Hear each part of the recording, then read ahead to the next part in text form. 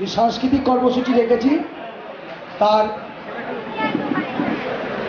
প্রথম যে দল আমাদের অঞ্চলেরই ব্যান্ডেলেরই দল ঐকান্তিক মহিলা মণ্ডলী, তারা আপনাদের কাছে দু একটি বাংলা গান পরিবেশন করবে। তারপরে আমাদের যিনি আছেন আমাদের সকলের কাঙ্ক্ষিত গৌতম ঘোষ, যিনিও পেশায় ইঞ্জিনিয়ার, গৌতম ঘোষ তার ফোক সং আমাদের শোনাবেন। তার আগে ঐকান্তিক মহিলা মণ্ডলী,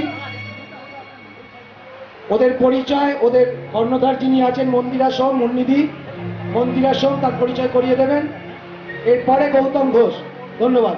যারা যেখানে বাইরে ছড়িয়ে ছিটিয়ে আছেন সকলের কাছে অনুরোধ আপনারা চলে আসুন। জয়ন্তী পালন হচ্ছে, সেই অনুষ্ঠানে যোগদান করতে পেরে নিজেদের ধন্য মনে করছি।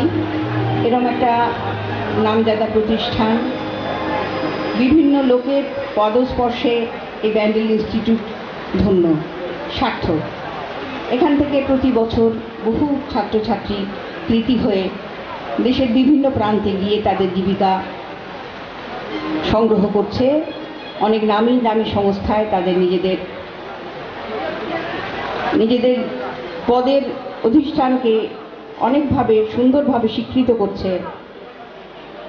আমরা এই ব্যান্ডেল এরকম একটা ইনস্টিটিউট পেয়ে আমাদের অন্তত হুগলিবাসী কৃতজ্ঞ হওয়ার কথা।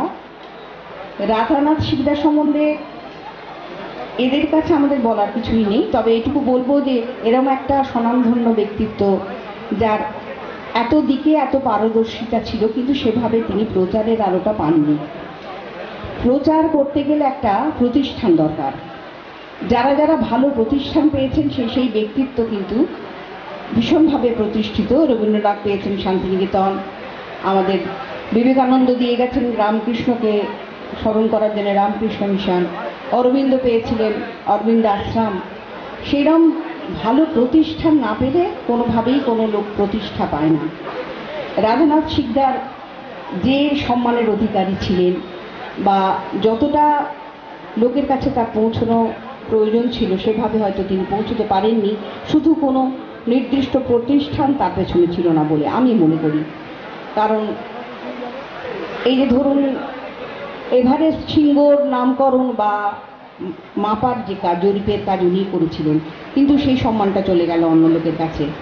এইভাবেই তিনি কিভাবে সমাজসেবা করে গেছেন, অঙ্কে তিনি বিশেষভাবে পারদর্শী ছিলেন, এগুলো আমরা কিছু জানতেই পারি না, কারণ সেভাবে তাকে নিয়ে কোনো প্রচার হয়নি। আজকে 200 বছর তার জন্মদিন, এটাও হয়তো একদম নিশ্চুপে পালিত হতো। শুধু সার্ভে প্রতিষ্ঠান যাতে উনি নিজে যুক্ত ছিলেন, দীর্ঘদিন এখানে জরিপের কাজ করেছেন, বাইরে একটা প্রতিষ্ঠান তৈরি হয়েছে, এদের সঙ্গে তিনি যুক্ত বলেই এরা এটা পালন করছে। নিশ্চয়ই সরকার বা তার তরফ থেকে সেভাবে তাকে সম্মানিত করার সেরকম প্রচেষ্টা হচ্ছে না বা হয়নি।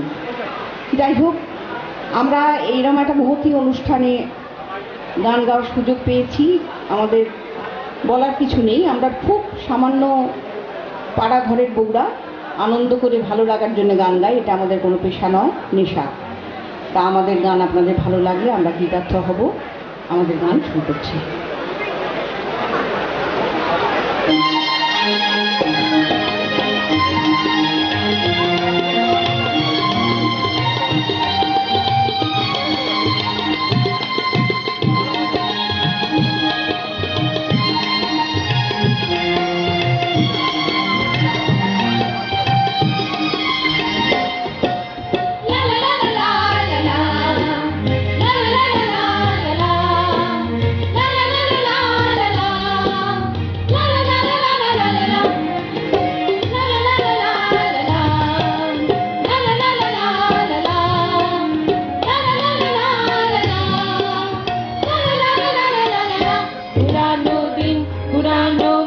পুরানো সব কিছু পিছনে ফেলে আয় ছুটে চলে নূতনের ডাক শোনা যায় ওই আগামী দিগন্ত খুলে যাবে সব ফেলে আয় আয় আয়। পুরানো দিন পুরানো মন পুরানো সব কিছু পিছনে ফেলে আয় ছুটে চলে নূতনের ডাক শোনা যায় ওই আগামী দিগন্ত খুলে যাবে সব ফেলে আয় আয় আয়। পুরানো দিন, পুরানো মন, পুরানো দিন।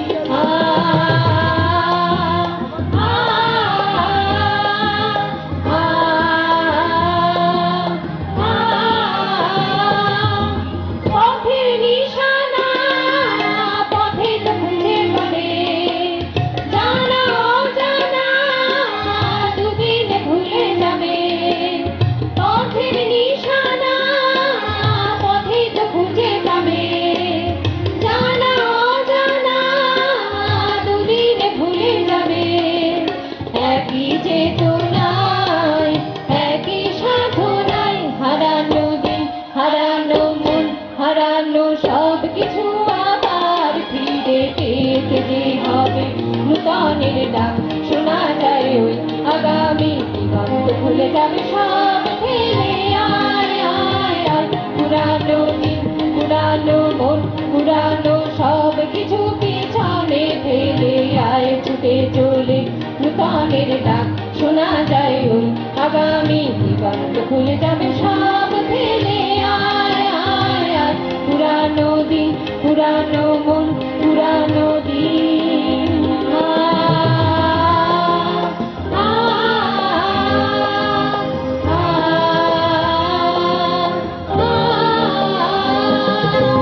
আকাশে আসে দুরন্ত দুরন্ত গান, পিছনে ফেলে দুরন্ত দুরন্ত প্রাণ। আকাশে আসে দুরন্ত দুরন্ত গান, পিছনে ফেলে দুরন্ত দুরন্ত প্রাণ। পেতে যে হবে, পেতে যে হবে সোনালি দিন, সোনালি মন, সোনালি সব কিছু নূতন করে। পেতে যে হবে নূতনের ডাক শোনা যায় ওই আগামী দিগন্ত খুলে যাবে সব ফেলে। আয় আয় আয়, পুরানো দিন, পুরানো মন, পুরানো সব কিছু পিছনে ফেলে আয় ছুটে চলে। নূতনের ডাক শোনা যায় ওই আগামী দিগন্ত খুলে যাবে সব ফেলে। আয় আয় আয়, পুরানো দিন, পুরানো মন, পুরানো দিন।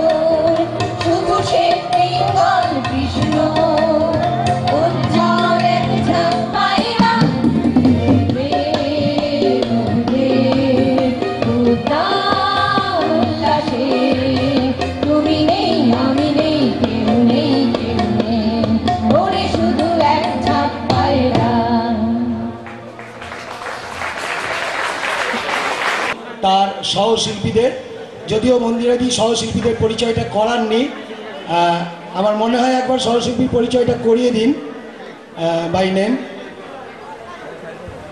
হ্যাঁ, ভীষণ ভুল হয়ে গেছে, একা করে এরা নিজেরাই নাম বলুন। আলপনা চ্যাটার্জি, সৌমি সোম, কাঞ্চনমালা ব্যানার্জি, জয়তী মুখার্জি, ঋতুপর্ণা সোম, নূপুর মুস্তাফি, মণিদীপা চ্যাটার্জি, অঞ্জনা রায়, সুনন্দা মণ্ডল। এবার সবাইকার অবগতির জন্য জানাই, ইনি করুণা মণ্ডলের স্ত্রী। একটু ইন্টারেস্ট রেখেছেন, মিনিমাম পড়াশোনা করেছেন, এটাই আমরা চেয়েছিলাম। 200 বছর পরে হলেও আমরা একটা জিনিস মানি এবং বিশ্বাস করি, it's never late to begin.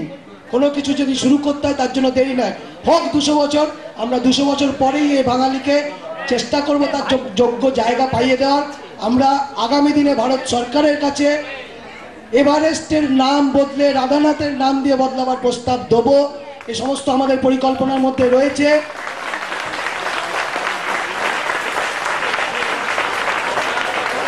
বিভিন্ন জগতে উনি বিচরণ করেছেন।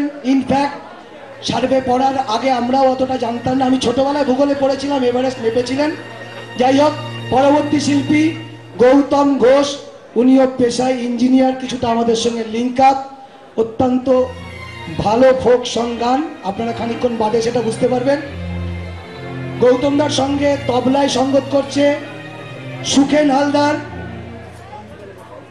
দোতারায় আছে সুভাষ বর্মন, বাঁশিতে উজ্জ্বল চক্রবর্তী, অক্টোপ্যাডে এম সামন্ত, কিবোর্ডে লালুর ভালো নামটা কি, কিবোর্ডে সুবীর ভর। ধন্যবাদ গৌতম দা।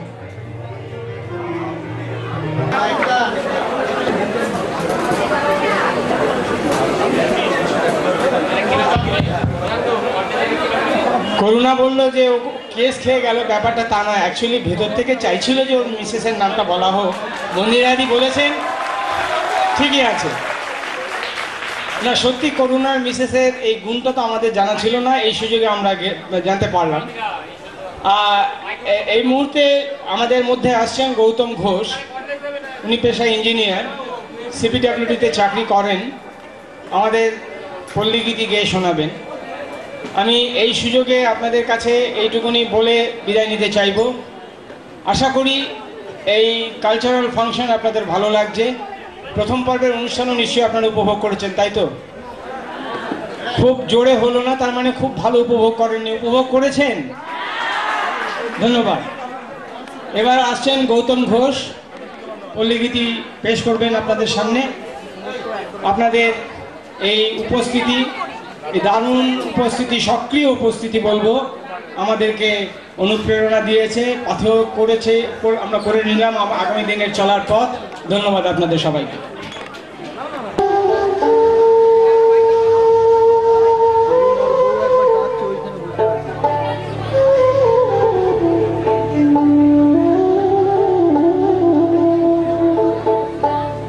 নমস্কার। শ্রদ্ধেয় রাধানাথ শিকদার মহাশয়ের প্রতি আমার সশ্রদ্ধ প্রণাম জানিয়ে কয়েকটি